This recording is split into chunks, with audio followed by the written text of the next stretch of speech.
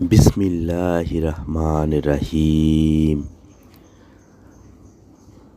প্রিয় বন্ধুরা, আসসালামু আলাইকুম। আজকে আলোচনা করব মুসলিম বীর সেনাপতি তারিক ইবনে জিয়াদ এর স্পেন জয়ের কাহিনী। 711 সাল মুসলিম সেনাপতি তারিক ইবনে জিয়াদ ভূমধ্য সাগর পাড়ি দিয়ে স্পেনের মাটি জিব্রাল্টারে পা রাখলেন। তার সাথে মাত্র 700 সৈন্যের এক ক্ষুদ্র বাহিনী। এই ক্ষুদ্র বাহিনী স্পেন রাজ রোডারিক ঘেঁষেই আকুল। সাগর উর্মির ন্যায় বিপুল রোডারিকের সৈন্যের মোকাবেলায় দাঁড়িয়ে মুসলিম সৈনিকদের মনেও অজ্ঞাতে নানা প্রশ্ন ভিড় জমাচ্ছিল। কিন্তু সেনাপতি তারিক অটল রইলেন। বিজয় আসে তো সত্য ন্যায়ের শক্তিতে, সংখ্যাধিক্যে নয়। বদর, উহুদ, ইয়ারমুক, কাদেসিয়া প্রভৃতি কত ক্ষেত্রে কতবার তা প্রমাণ হয়ে গেছে। অকুতোভয় তারিক ইবনে জিয়াদ জিব্রাল্টারে নেমে জাহাজে আগুন লাগিয়ে পুড়িয়ে দিলেন সব জাহাজ।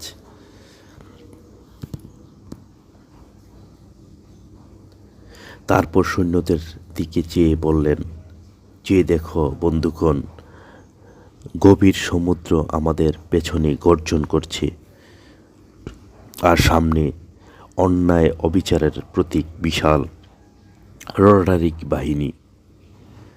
আর যদি আমরা সামনে অগ্রসর হই, তাহলে ন্যায় ও বিশ্বস্ত কল্যাণ প্রতিষ্ঠার স্বার্থে আমরা শহীদ হব, কিংবা বিজয় মাল্য লাভ করে আমরা গাজী হব। এই জীবন মরণ সংগ্রামে কে আমার অনুগামী হবে? মুসলিম বাহিনীর প্রতিটি সৈনিকই বজ্রকণ্ঠে তাকবীর দিয়ে সেনাপতি তারিকের সাথে ঐক্যমত ঘোষণা করল। সৈন্যরাজ রোডারিকের প্রধান সেনাপতি থিওডমিরের নেতৃত্বাধীন বিশাল এক বাহিনীর সাথে মুসলিম সৈন্যদের প্রথম যুদ্ধ সংঘটিত হল। সে এক অসম যুদ্ধ। যুদ্ধ বিজ্ঞানের উচিত অনুচিতের দৃষ্টিকোণ থেকে মনে হবে নিতান্তই আত্মহত্যার খায়েশ নিয়েই মাত্র 700 সৈন্যের মুসলিম এই ক্ষুদ্র বাহিনীটি এ বিশাল বিভয়ে এসে যুদ্ধে ঝাঁপিয়ে পড়েছে। কিন্তু এই অসম যুদ্ধই এক ইতিহাসের সৃষ্টি করল। জানবাজ মুসলিম বাহিনীর প্রচণ্ড পাল্টা আক্রমণে রোডারিক বাহিনী শোচনীয়ভাবে পরাজিত হল। মুসলিম সৈন্য ও তাদের সেনাপতির শৌর্যবীর্য ও সাহস দেখে সেনাপতি থিওডমির বিশ্বস্ত ও স্তম্ভিত হয়ে রাজা রোডারিককে লিখে পাঠালেন, সমস্ত শক্তি প্রয়োগ করেও অদ্ভুত শৌর্যবীর্যের অধিকারী মুসলিম বাহিনীর অগ্রগামী আমি রুখতে পারলাম না। এইভাবেই সত্যের জয় হলো, ইসলামের বিজয় পতাকা উড্ডয়ন হলো স্পেনে। তারপর গৌরবময় মুসলিম শাসন চলল সেখানে দীর্ঘ 700 বছর ধরে। কর্ডোবা, গ্রানাডা, মালাগাকে কেন্দ্র করে যে মুসলিম সভ্যতার বিকাশ ঘটল তা সারা ইউরোপকে আলোকিত করে তুলল। অন্ধকার ইউরোপের বুকে সূর্য শিখরের মতোই চলছিল কর্ডোবা বিশ্ববিদ্যালয়ের জ্ঞান শিখা। সেখানে জ্ঞান আহরণের জন্য ইউরোপের সব দেশ থেকে ছুটে এসেছিল জ্ঞান পিপাসীরা।